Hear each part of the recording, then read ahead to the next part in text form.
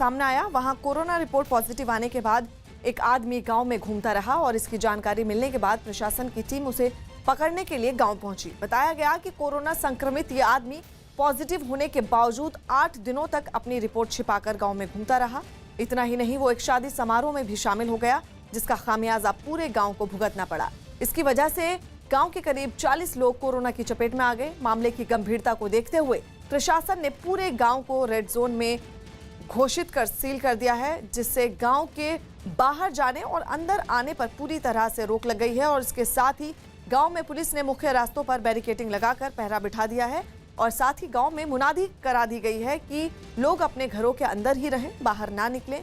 और इसी बीच स्वास्थ्य महकमे की टीम घर घर जाकर लोगों के स्वास्थ्य की जांच कर रही है।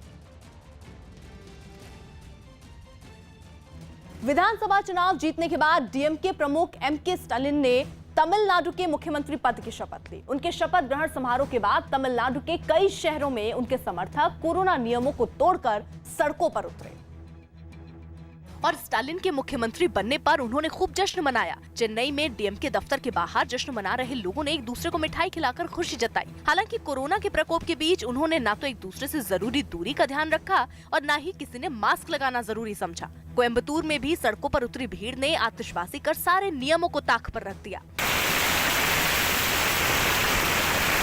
इससे पहले चेन्नई में एमके स्टालिन ने पहली बार तमिलनाडु के मुख्यमंत्री के तौर पर शपथ ली। स्टालिन ने 33 विधायकों को भी अपने मंत्रिमंडल में शामिल किया, जिन्हें राज्यपाल बनवारी लाल पुरोहित ने शपथ दिलवाई। शपथ ग्रहण समारोह के बाद स्टालिन अपने पिता करुणानिधि की समाधि पर गए और उन्हें फूल चढ़ाकर श्रद्धांजलि दी। मुख्यमंत्री बनते ही स्टालिन ने कई बड़े ऐलान भी किए और चुनाव के दौरान उन्होंने जनता से जो वादे किए थे उनमें कुछ को जमीन पर उतारने की कोशिश की। उन्होंने ऐलान किया कि कोरोना संकट से निपटने के लिए राज्य के हर उस परिवार को 4000 रुपए की मदद दी जाएगी जिनके पास राशन कार्ड होगा।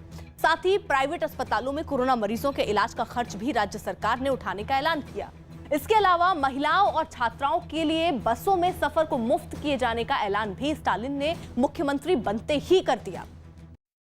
केंद्र सरकार ने अपने कर्मचारियों को कोरोना से बचाने के लिए नए दिशा निर्देश जारी कर दिए। न्यूज़ 18 के शैलेंद्र वांगू की रिपोर्ट है कि गर्भवती महिलाओं और दिव्यांगों को दफ्तर नहीं आना होगा और वो घर से ही काम कर सकेंगे, जबकि कंटेनमेंट जोन में रह रहे कर्मचारियों को भी ऑफिस आने से छूट होगी।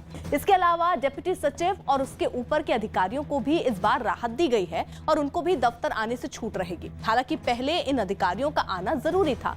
सरकार का नया फैसला 31 मई तक लागू रहेगा। इस दौरान जो भी दफ्तर आएंगे उनको कोरोना नियमों का पालन करना जरूरी होगा। यूपी के मुरादाबाद के एक जिला अस्पताल